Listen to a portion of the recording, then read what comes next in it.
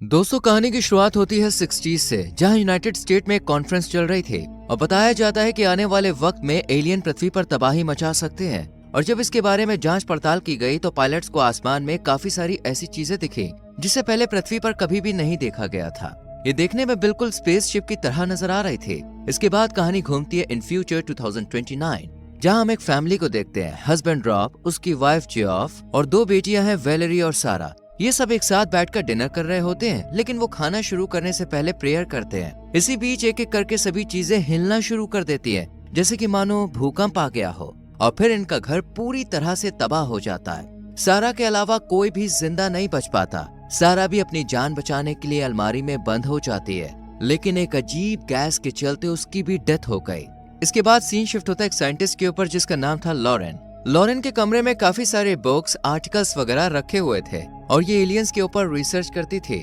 इसी बीच Lauren news में देखती है कि बैजर शहर में एक बहुत बड़ा ब्लास्ट हुआ है, जिस वजह से पूरा शहर तबाह हो गया है और जो भी बचे कुचे लोग थे उन्हें भी वहां से निकालकर उस शहर को पूरी तरह से सील कर दिया गया है, क्योंकि वहां की जो आबो हवा है वो लोगों के लिए काफी नुकसानदायक है। इस दौरान लॉरेन के दरवाजे पर दस्तक होती है और लॉरेन देखती है यूएस आर्मी के जवान क्लेटन और जॉन उसे लेने आए हैं, क्योंकि ये पता लगाना चाहते हैं कि वो ब्लास्ट क्यों और कैसे हुआ था। आर्मी की बात सुनकर लॉरेन भी मना नहीं कर पाती और इनके साथ चल देती है। सेंटर में पहुंचने के बाद प्रोफेसर डेविड लॉरेन को बताते हैं कि वो ब्लास्ट एक मेटेरॉइड की वजह से हुआ था, जो कि कल रात धरती पर गिरा था। इसी ने पूरे शहर को बर्बाद कर दिया और उस जगह के आसपास बहुत से मेटेरॉइड के छोटे छोटे टुकड़े भी मिले, जो कि मेटेरॉइड के गिरने का सबूत है। ये पार्टिकल्स काफी हार्मफुल थे। जैसे ही हवा में मिले वैसी हवा में कुछ जहरीली गैस मिल गई, जिस वजह से हमें वो पूरा शहर खाली कराना पड़ा ताकि लोगों की जान बचाई जा सके। लेकिन ऐसा हो ना सका। जो भी लोग इस ब्लास्ट से बचे थे उनकी थोड़ी देर बाद मौत हो गई। लॉरेन एक साथी के साथ उस जगह पर रिसर्च करने जाती है जहां मेटेरॉइड गिरा था। लॉरेन छानबीन के दौरान देखती है कि यहाँ मेटेरॉइड गिरने से एक लाल रंग का छोटा सा पौधा उगाया है। इस पौधे को देखकर लॉरेन काफी अजीब तरह से रिएक्ट करती है और उससे बातें करने लगती है और फिर बाद में इसका फोटो भी क्लिक कर लेती है, जिसे घर जाने के बाद भी देखती रहती है। लॉरेन घर पर मेटेरॉइड के बारे में और डिटेल्स निकालती है और तभी उसे एक रशियन लेडी का इंटरव्यू मिलता है, जिसमें ये लेडी बताती है कि कुछ समय पहले यहाँ भी मेटेरॉइड गिरा था, जिससे एक केमिकल रिलीज हुआ और जिस जगह मेटेरॉइड गिरा था ना, वहाँ पर एक पौधा भी उगाया था। लेकिन रशिया ने इसे जल्द ही खत्म कर दिया, जिसके बाद इस शहर के खतरनाक वातावरण को देखते हुए उस शहर को सील कर दिया गया ताकि कोई भी यहाँ की जहरीली हवा के चलते मारा ना जाए। साथ ही रशियन पुलिस ने इस इंटरव्यू देने वाली लेडी की भी गोली मार के हत्या कर दी, जिससे कोई भी इस लेडी से कुछ भी सवाल जवाब ना कर सके। ये सब देखकर यूएस आर्मी को लगता है कि रशियन आर्मी हमसे कुछ छुपा रही है। इसके बाद हम दो यूएस डॉक्टर्स को देखते हैं जो कि एक लाश का पोस्टमार्टम कर रहे थे। ये शख्स भी मेटेरॉइड की जहरीली गैस की वजह से मारा गया था। अब डॉक्टर्स उसके शरीर पर एक कट लगाते हैं, जिससे इसकी बॉडी से लाल की जगह काला खून निकलना शुरू हो जाता है। डॉक्टर को लगता है कि यह पॉइजनस गैस की वजह से हुआ है, लेकिन कुछ देर बाद ये ब्लड इसके शरीर में वापस चला जाता है और जो कट का निशान था वो भी भर जाता है। और फिर ये मरा हुआ शख्स आंखें खोलता है और उठकर बेड पर बैठ जाता है। ये सब देखकर डॉक्टर्स की आंखें तो खुली की खुली रह जाती हैं। वहीं लैब के बाहर लॉरेन के साथ मौजूद सभी लोग इस मरे हुए शख्स को देखकर काफी ज्यादा खौफजदा हो जाते हैं, लेकिन डॉक्टर्स हिम्मत जुटाते हैं और इससे बात करने की कोशिश करते हैं, लेकिन ये शख्स कोई भी रिएक्शन नहीं देता। इसके बाद डॉक्टर्स इसकी जब पल्स चेक करते हैं तो बिल्कुल हैरान रह जाते हैं कि इसकी तो पल्स ही रुकी हुई है और शरीर पूरा ठंडा पड़ गया है। इस शख्स के बाद दूसरे मरे हुए शख्स जो कि पॉइजनस गैस के असर में आ गए थे, वो भी एक एक करके जिंदा हो जाते हैं और उठ के बैठ जाते हैं। डॉक्टर्स काफी हैरान होते हैं और इन्हें इनकी पिछली जिंदगी याद दिलाने की कोशिश करते हैं। इनकी फैमिली फोटो दिखाते हैं, पर ये बॉडीज कोई जवाब नहीं देती और बस एक जिंदा लाश की तरह बैठी रहती है। और ये मरे हुए जो लोग वापस जिंदा हुए थे वो ना तो बोल रहे थे और ना ही इनकी पल्स चल रही थी। इस मेटेरॉइड की वजह से करीब 1300 लोग मारे गए थे, जिनमें से सिर्फ 39 लोग ही दोबारा जिंदा हुए थे। इसी बीच डेविड बताता है कि 39 लोग वही हैं जो बैजर शहर के रहने वाले हैं और इसी इलाके पर मेटेरॉइड ब्लास्ट हुआ था। डेविड कहता है हो सकता है कि इन सभी ने मेटेरॉइड के छोटे छोटे पार्टिकल्स कंज्यूम कर लिए हों, जिस वजह से इनके जो अंदरूनी पार्ट्स हैं उनमें चेंजमेंट हो रहे हों। इनका डीएनए पूरी तरह से बदल गया और अब ये लोग नॉर्मल इंसान न रहकर किसी और क्रिएचर में बदल रहे हों। लेकिन अब किसी को कुछ भी समझ में नहीं आता कि ये सब क्या हो रहा है। इसी बीच लॉरेन अपने टीम लीडर के पास जाती है और उसे बताती है ठीक इसी तरह से रशिया में भी मेटेरॉइड गिरा था, वहाँ के भी ऐसे ही हालात बदल गए थे। जाहिर है कि इन सब के बारे में रशिया अच्छे से जानता होगा।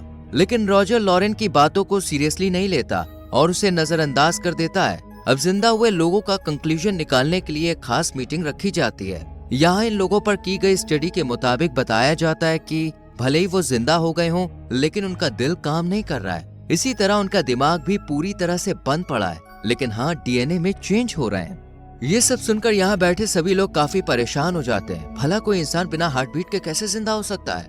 कुछ लोग कहते हैं हमें इन लोगों को अभी मार देना चाहिए ताकि आगे चलकर हम इंसानों के लिए कोई खतरा ना बने। यहाँ मौजूद लॉरेन भी ये सब बातें सुन रही थी और वो सामने आकर सबको बताती है, ठीक ऐसी ही घटना रशिया में भी हुई थी जो कि काफी दर्दनाक थी। हमें आगे आने वाले मुश्किल वक्त के लिए खुद को मजबूत बना लेना चाहिए। इसी बीच लॉरेन अपने पास्ट में चली जाती है और अपने डैड को देखती है और यहाँ पे हमें पता चलता है कि एक दिन लॉरेन के फादर उसे लेकर एक मिस्टीरियस प्लेस पर गए थे, जहाँ के बारे में किसी को भी बताने के लिए उसके फादर ने मना कर दिया था और लॉरेन ने भी इस जगह के बारे में किसी को नहीं बताया।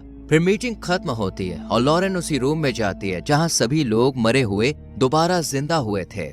यहाँ पर एक छोटी बच्ची भी थी जिसके पास जाकर लॉरेन एक किताब दिखाते हुए अपने बारे में बताती है, जब मैं 10 साल की थी तो मेरी माँ मुझे रोज किताब पढ़कर सुनाती थी। अभी लॉरेन बता ही रही थी कि इतने में ही डेविड उसे कॉल कर देता है, लेकिन लॉरेन इसे रिसीव करने के बजाय कट कर देती है और हम इसकी मोबाइल स्क्रीन पर उसी पौधे का फोटो देखते हैं जो कि मेट्रॉइड की वजह से उगा था। जैसे ये बच्ची इस पौधे को देखती है, तुरंत ही लॉरेन का हाथ पकड़ लेती है, जिससे लॉरेन काफी डर जाती है और जल्दी से बाहर आकर रोजर को इस पौधे के बारे में बताती है कि वो मेट्रॉइड वाली जगह पर देखा गया था। इन लोगों की गर्दन नॉर्थ की तरफ थी। ये देख डेविड कहता है, इसी दिशा में बैजर शहर है जहाँ पर ये रहा करते थे और यहीं पर मेटेरॉइड गिरा था।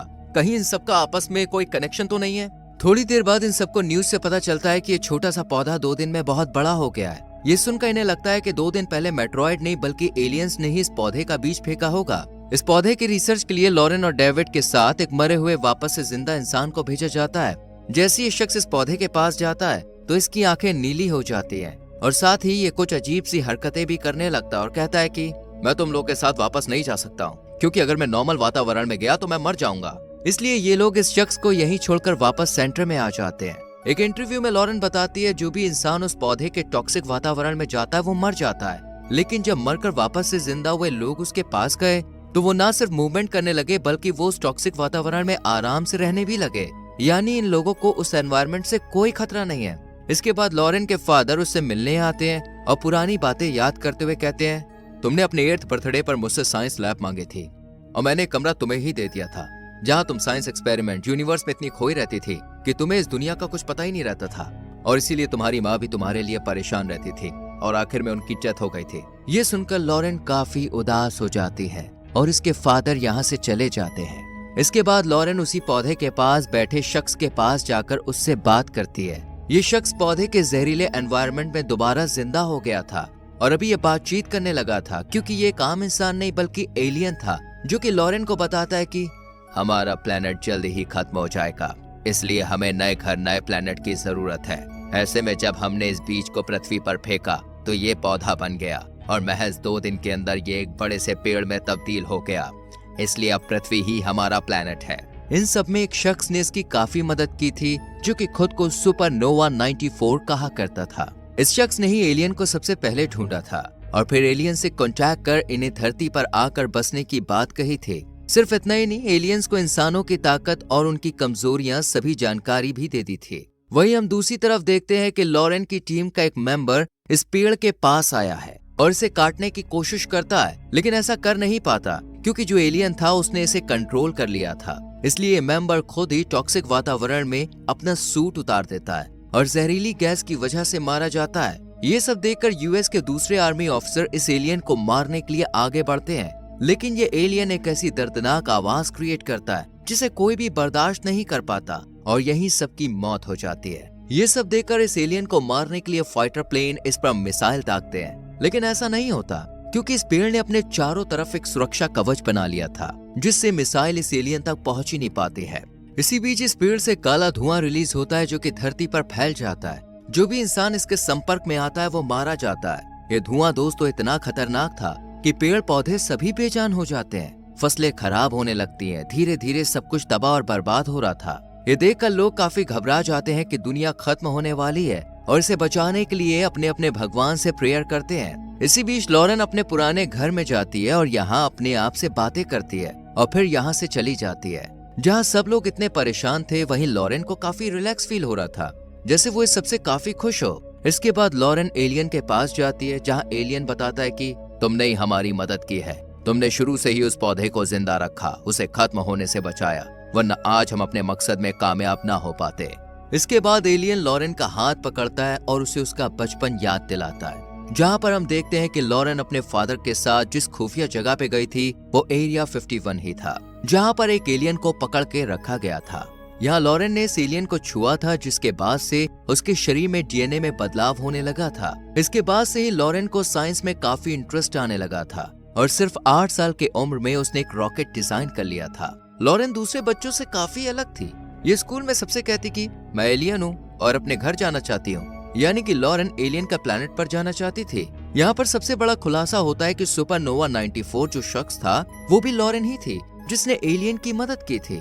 इसी नाम को बताकर वो एलियन से कांटेक्ट करती थी और रॉकेट भी इसीलिए बनाना चाहती थी ताकि वो एलियंस के प्लेनेट पर जाकर उनके साथ रह सके। इन सब को देखते हुए लॉरेन की माँ ने उसे ये सब करने से मना कर दिया था, जिस वजह से लॉरेन ने अपनी ही माँ को मार दिया। ये एलियन जब लॉरेन का मास्क उतारता है तो लॉरेन इस टॉक्सिक वातावरण में भी आसानी से रह पाती है।